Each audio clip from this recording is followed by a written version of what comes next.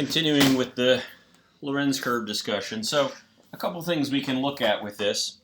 I'll start with I hinted at there being another statistic related to this. So I'll start with that. It's fairly easy to explain with this in front of us, I think.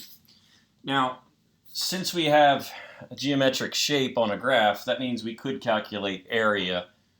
You do this with calculus, calculate the area under a curve, but take my word for it, it's doable.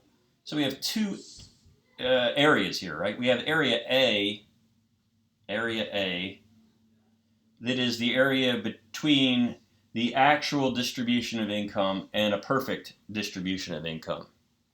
And then we have area B, which is what's left. So the Gini coefficient, it's called. I'm not sure if that's a proper noun after a name. I don't think it is, to know if it's capitalized. The Gini coefficient is equal to the area that is the gap over the perfect world area, which would be the gap and everything that's left. In other words, it's the percentage that is a gap here under the perfect world curve. Perfect distribution of outcome. Outcome and income is the same thing here, right? Because it's how much people are making. It doesn't tell us about the opportunity people have to make income. It tells us how the income is distributed in the population. So that's the Gini coefficient, which sometimes you hear a reference to that. That's a reference essentially to this model, just a measure of the model. Okay. Now what can happen is we could say this outcome that I threw up here hypothetically. Let's say this was the Lorenz curve in let's say 1980, which is very often cited as a starting point to look at. 1980. All right, I'm going to get these off here now that the meaning is explained. I think hopefully that's clear. Gives me more room to work. Now let's say that let's pick the year 2005. I think that's frequently used, 2005, 2006.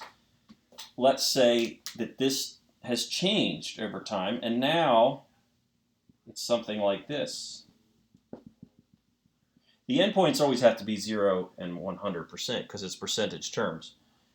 But now the gap has risen, or the curve has dipped lower down. What would that tell us if this is the case in 2005? It would tell us that we have moved further from this perfect outcome. So even if the perfect outcome isn't necessarily the goal, moving further away from it would tell us that, well, the people on the low end haven't moved down that much. The people on the high end, maybe at the very high end, haven't moved down that much, but the people in the middle have. So when you hear of the eroding middle class, it's a reference to this model. What would that mean for our Gini coefficient, which I've erased? Well, this area would be bigger. The proportion of it would be smaller. So the Gini coefficient, well, you have a fraction where the top is getting bigger and the bottom is the same. So the top is a larger percent. So you're talking about the Gini coefficient rising with rising erosion of the middle class, right? Because A is bigger and A over B is the same. So that quotient then is rising. So that's the usefulness of the Lorenz curve over time.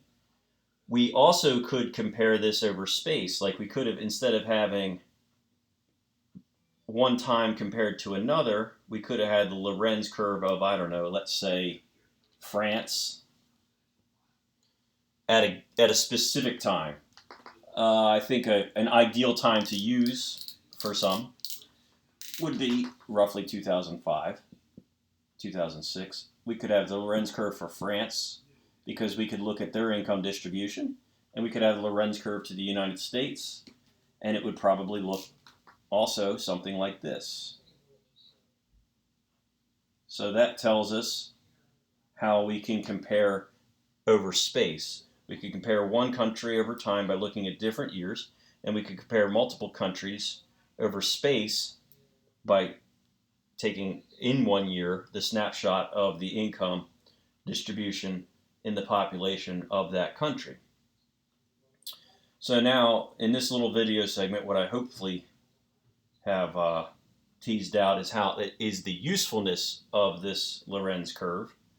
I'm going to stop and then I'm going to pick on this curve and present the other point of view.